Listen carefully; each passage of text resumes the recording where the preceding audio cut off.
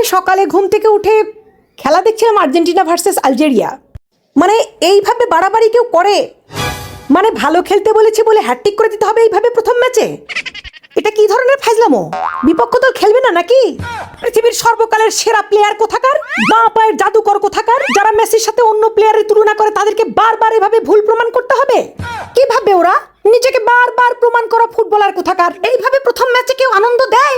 এই আনন্দে যদি মরে যায়, প্রত্যেক ওয়ার্ল্ড কাপে ভালো তো খেলতোই, ফার্স্ট ম্যাচে হ্যাটট্রিক করে দিতে হবে? কি ধরনের ফাজলামো এটা? বিপক্ষে দলের ডিফেন্স নিয়ে ছিনিমিনি খেলা ফুটবলার এরকম খেললে যদি আবার ওয়ার্ল্ড কাপ জিতে যায় আর্জেন্টিনা, কি হবে আনন্দে আমাদের?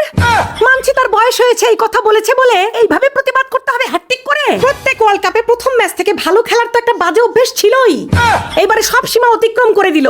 মানে সকালে ঘুম থেকে উঠে ম্যাচ দেখা এইভাবে সার্থক করে দিতে হবে? রিগ্রেট কবে করব যে বেকার উঠলাম? আবার এখন স্বপ্ন দেখতে হবে যে আর্জেন্টিনা আবার ওয়ার্ল্ড কাপ জিতবে? এত স্বপ্ন আমরা দেখবো? একটা মানুষ কত স্বপ্ন দেখবে? পৃথিবীর সর্বকালের সেরা ফুটবলার মেসি কোথাকার